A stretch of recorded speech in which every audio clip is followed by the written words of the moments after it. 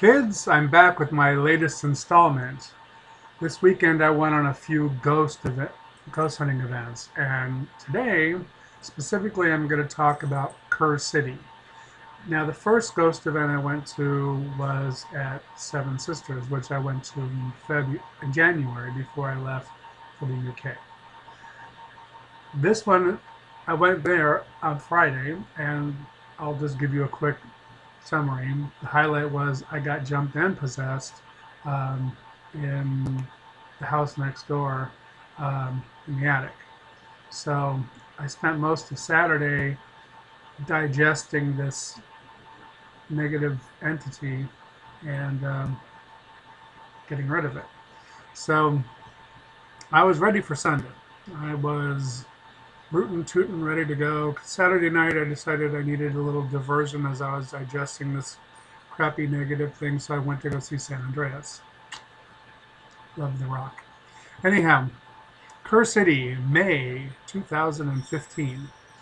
Never heard of the place, didn't know a thing about it, didn't want to. Anytime somebody would even try to start discussing it, I'd walk out of the room. I wanted to know nothing. We got our marching orders, we got our directions. I took off like a bat out of hell so I could get there as early as possible before most of the crowd, which was nice because I wanted to walk around and take pictures during the daytime.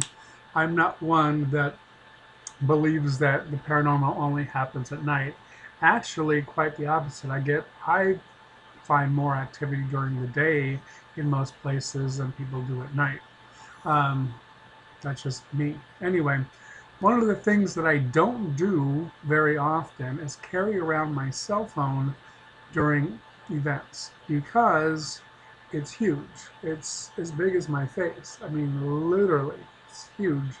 And it's a phablet, and it's annoying, and it's bulky, and it can get in the way, and I have no use for it because, and sadly, I mean, I've tried to take pictures of the paranormal with it, but you can't. I've caught things, not that I haven't caught things, but you don't catch, it doesn't catch what I see. And until they make a device for people that are sensitive or mediums or psychics or anything like that, where they can plug in, to the side of your heads and then get a visual and image and sound and everything else, it just kind of have to be, something you explain to somebody else. And Kerr City was no different. Um, I got there and this wonderful guy, um, Taylor, and he has a friend, and they were basically two of the guys that helped this. They're like the assistants of this guy that is like the expert in Kerr City. And the two assistants were absolutely wonderful, nice guys, very friendly, very personable, very knowledgeable, laid back, and it was great.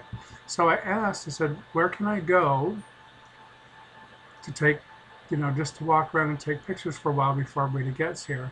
And they suggested I go down to the lake, which nobody else got to go do. So I walked myself down to the lake and back. And the lake was wonderful. I didn't see any particular paranormal activity there, but I felt emotions and saw stuff from the past, both good and not so good. But it was a beautiful walk. I noticed that there was black people popping up everywhere that from, they weren't living, particularly males, adults, and children, male children, popping up everywhere as part of a security force that someone in the past had put in place, which is much like what people do that practice macumba, which is a kind of voodoo. And I saw what looked like the Bayana, or the leader of this group, who had put this whole thing in place. And I know there is one place that they haven't discovered yet, and that's the Bayana's lair at Kerr City. And I'm dying to go back at some point and find that because I have a feeling I know where it is, but I want to go find the Bayana. So I know where the center is, but I also know that can be rather difficult because those things are there to protect her for a reason, and they can get rather nasty. And my house has a similar type security system. So there's all kinds of things besides these dead male and dead male people. There are issues. There are different kinds of natural spirits. There are banshees. There are all kinds of things floating around, layer after layer, circle after circle, that's going to protect um, this lady and keep her will alive, even though she's dead. So that was the first thing I learned on my walk down by myself. Now, I tend to do really well in small groups. In large groups, what happens is, besides all the things going around, a lot of people bring their dead relatives along that they're not even aware of, or friends or whatever that have passed on, or even total strangers that have taken a liking to them. And when you get too many people in a group, they start talking to me. I don't want to hear all that. I'm just not that much of a curious person. I don't need to know everybody's little details, and I don't. It gets exhausting trying to pass on messages to people that don't believe you and think you're Looney Tunes. So, which I am Looney Tunes, but I also get things verified. So I have my moments of clear Looney Tune, and I have my moment that's just bullshit. So um, when everybody got there, we went directly to the cemetery. And as soon as we got there, it was a large group, like 30 people, like 30 something people. We got there, and immediately the dead people started screaming at me and bitching at me because they know I could hear them. And they were telling me that they hate large groups. It pisses them off, it upsets them, and it's really a violation. And they gave me a number, and they said there should only be between four. We can deal with about 4 to 6 people, but anything more than that just really works out the nerves, essentially. So when I had a chance to go back later to the cemetery and more than 6 people wanted to go in my group, I just hung back. Now, this place also has tricksters. And if you don't know much about tricksters, tricksters are these entities that are just, they sow chaos everywhere. And the only way to get rid of a trickster truly is a chaos magician. And they're pretty few and far between. There's not a lot of chaos magicians around. The tricksters can turn themselves into anything, and they don't just sow chaos with the living, they also sow chaos with the dead, and they can be really annoying. And if you have any paradigm of fear in your spiritual beliefs, they will prey on it. They will prey on it hard. They'll do anything. And then they also sometimes do fun, cute things, but there's always a tail. It's never always, it might start out nice, but it's going to be ugly at the end. So, fortunately, I've run into a few of these in my days. And I felt one outside in one end of the basically place. I felt another one at the other end of the place. And then there was one in the central location. And I got left in this room, which was nice. It was air conditioned. It was beautiful. And I got drawn to sit on the stairs, and I happened to pick the fourth stair, not knowing that that is a trigger for something upstairs. So sure enough, I sat down on the fourth stair all by myself in this house, drinking some water, cooling off in the air conditioning because it was hot and humid. I had like 3 layers of clothes on, so I didn't have to deal with chiggers and ticks when I got home. And as I sat there, I started hearing rustling upstairs, so I thought there was somebody else upstairs, legitimately. I thought, well, I doubt it. I mean, there are people all over the place. But there wasn't anybody upstairs. Then I heard this giggling and growling, kind of little giggle, little growl, little giggle, little growl. And I didn't turn around, and then I could feel it building up its energy, and I felt it. I literally felt the floor moving, I mean the stairs moving, and I could hear it walking down the steps. And it didn't have a happy intention like it wanted to come and give me a kiss. it had an ill intention that wanted me out of the house because I was a threat. So as I turned around, when it got really close, I turned around and this was a full body, just like a human being, couldn't see through it, no wispy, ghosty things, just boom. It was basically Bozo the Clown with a really fucked up paint job. Um, but if you all remember Bozo the Clown, he was creepy enough, but just changed the makeup just a little bit to make it more off-putting and disturbing, and that's what I was seeing. And I just turned around and I'm like, really? That's exactly what I said to them. I'm like, really? So we're gonna play like this. And it got this look and it kind of went, and then it disappeared. And so I turned back around, had some more water. I'm like, well, this, and I rolled my eyes and said, this is gonna be cute. And sure enough, a few minutes later, did it again. Did a total of 4 times. I don't do fear, and particularly fear of things like tricksters or ghosts or stuff like that. I just don't do fear. So I didn't give it any power um, to think of it as good or bad. I just thought of it as is, and I have to say it really needs to learn how to do clown drag better because it was a mess. I also saw this weird thing that was like this 2 hands that just left a chemtrail, and it was basically the color of my skin, so it was lighter than the wood in the room and darker than the lampshade, and it was kind of cool. I'd never seen anything like it. Didn't have any motion or anything particularly set up to it, but it wanted to show itself for whatever. It just wanted to be basically acknowledged. And most entities just want to be acknowledged. They don't want to be helped. They don't want to be crossed over. They don't want to be anything. They just want to get on with whatever their path is, both whether it was on this side and on the other side, just like everybody else. Just let them live their afterlife. People that try to help too much sometimes really screw things up with these with entities, and I feel sorry for them. There was all kinds of stuff, just layer after layer after layer after layer of paranormal. And some people got frustrated that they didn't get a big show. I personally got a big show.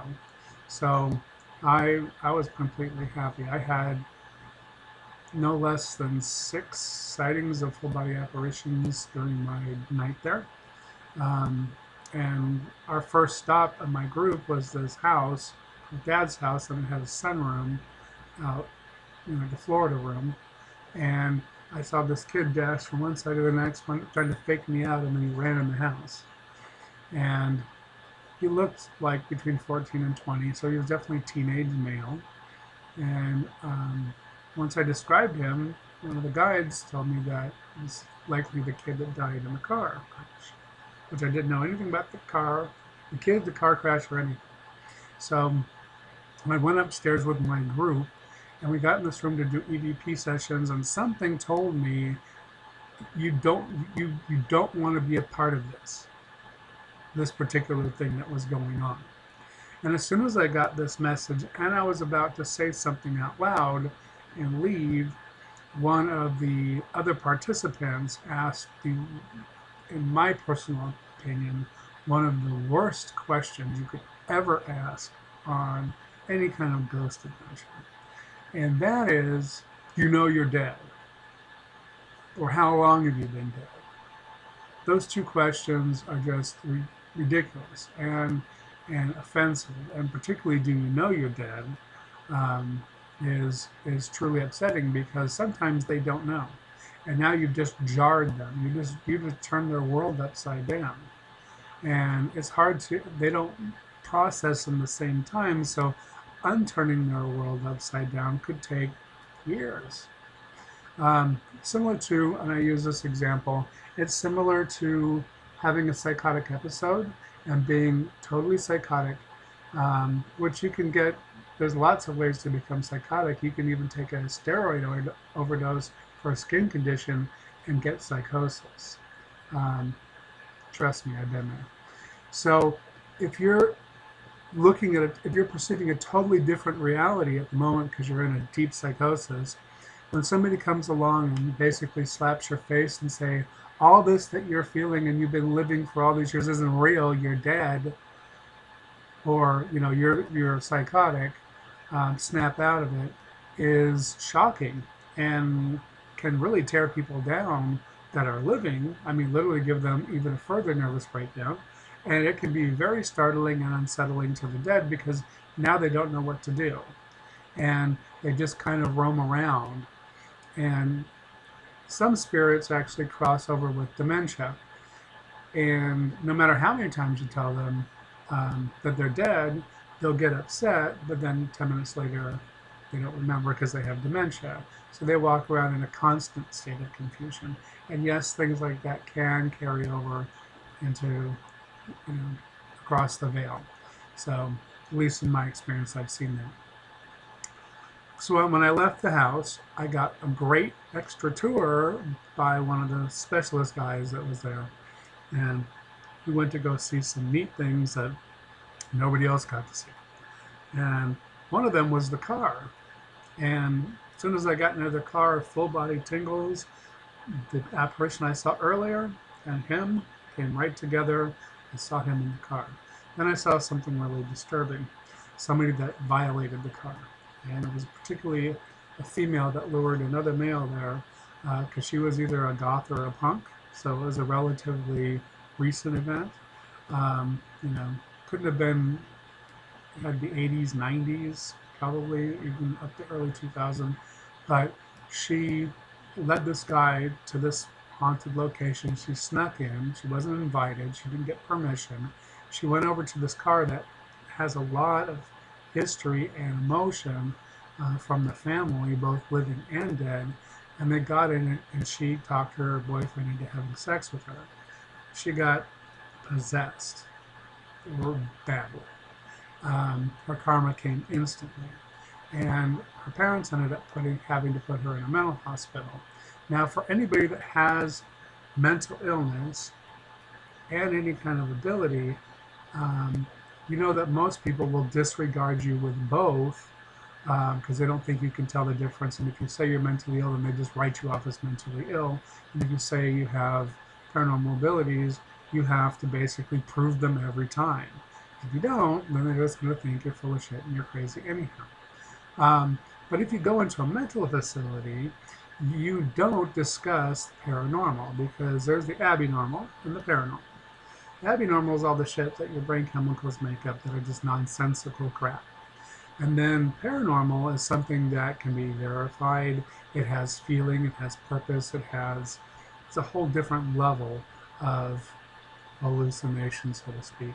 So in the case of this girl, I saw her being taken to the mental hospital. I saw her try to explain paranormal, and mental hospitals don't deal with paranormal. What they do is try to medicate it away because they just don't think it's real. So they shove their viewpoint down your throat along with their drugs until you stop talking, essentially. So this girl paid dearly with her karma, and because no one believed her, she ended up having a complete nervous breakdown. So her bad karma for going and violating something that didn't belong to her. There's a barn out there, energy 25 feet away. The air gets colder and colder. Even though it was a hot, humid night, the air got colder and colder and colder as I got closer. Most people can't get near the door of the barn. I walked in, saw what was there, a male adult, black male adult, and his son. That's where they hang out, and that's where this person has posted them to protect that. They're the ones that patrol and protect that area. So that totally made sense. The guy that was showing me around, we ran into this piece of farm equipment, and I could feel it 50 feet before I got to it, and I pointed at it and I said, something. I said, there's something. And when I got to it, now, the guy had never, I guess, that I knew of, had never expressed any interest in being sensitive or claimed to be sensitive or anything. But I asked him to join me, and I didn't tell him what it was, but I asked him to join me and see if he could feel something. And he could feel what I felt, which was that there was an accident, at least one accident, with this piece of equipment. And he put his hand on it, and it was kind of an eye-opening experience for him. And we had a couple of those. And that was really exciting because anytime that somebody has a natural gift that they never thought to turn on, if I can help them turn it on, it's great because it's one more um, tool in your tool belt when you're investigating. And it makes it easier to go look for something specific. Um, if you're having something specific to try to validate it or invalidate it. Because sometimes tricksters, like they're there, will give you false, um, they'll, they'll create themselves as other people that don't exist there. They'll give you experiences that didn't really happen. So you have to really, really be careful, particularly if you have that kind of energy around. Um, and this is a good way to open up because then you can tell when you're being screwed with by a trickster. And then you don't go chasing waterfalls, so to speak. Kerr City is haunted on so many levels, from intelligent spirits, tons of residual. You have this Bayana that has the security system set up all around the whole property that will definitely get more combative and more aggressive and possibly physical when you get too near where the Bayana is. Now, I know that no one's discovered this particular location yet, but I'm going to find it. If I ever get it invited back, I am going to find the Bayana's lair. Because I know how this works. My house has exactly the same security system. So I know that if, for example, I get past all these guards, I'll be able to see totally clearly what the issue was and why it happened and everything else. So that was another thing that made Kerr City really cool. And we stayed until really late. Now, never um, prejudge. And remember that when you see something, you're looking through your lenses, your filters. And not everyone's going to experience everything the same way. They might experience something similar or something kind of related, but it won't always be the same because different people have different filters. For example, some people are really into demons and evil and all that kind of stuff, and angels and everything else. I don't do good and evil. I don't put a horse in the race. I just see things as is because I wasn't taught and showed why you do that. Because if you start putting a horse in the race, the horse is going to lose more than it's going to win. And in the end, you can really damage yourself.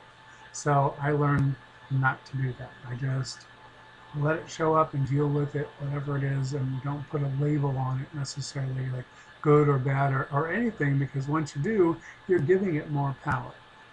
The last thing I wanted to say about Kerr City, which was something that I've started experiencing in the last year or become aware of, because I'm still learning. I mean, I'm at my 40th anniversary of dealing with paranormal stuff, and I'm kind of enjoying it because I'm getting out more often and being more active with it.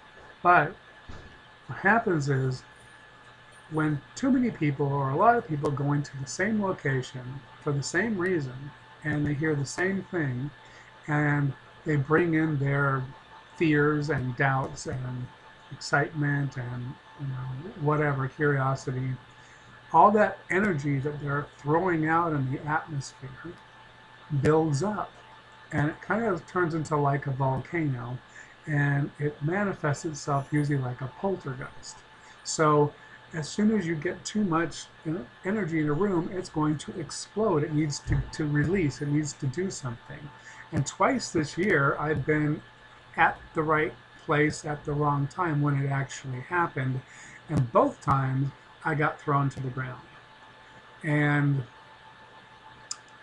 I felt that this one room in this one location in Kerr City, is building up and building up and building up that energy, and one day it's going to release. Whether somebody's in the room or somebody's not in the room, it's going to blow. So either things are going to start flying, or people are going to start flying, or somebody's going to get slapped or scratched or pushed down, or have a bed flung at them. It depends on how strong the energy is when it finally bursts.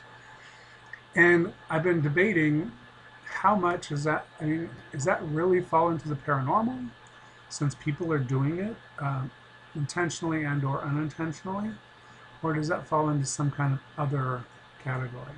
So I'm still kind of trying to figure that out.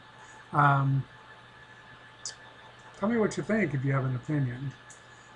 But anyway, I had a great time. I got extra special tours uh, by the hosts, and I really enjoyed that. And I really enjoyed going in small groups. And um, I had tricksters that dressed up like clowns, and I had the cemetery screaming at me that there was too many people. They like groups from 4 to 6. Um, the house where that's the one occupied house of the owners of basically this whole city, it pulses from 30, 35 feet away. And I got that same guy that with his farming equipment, also to be able to feel the pulsing energy coming out of the house. And it's safe.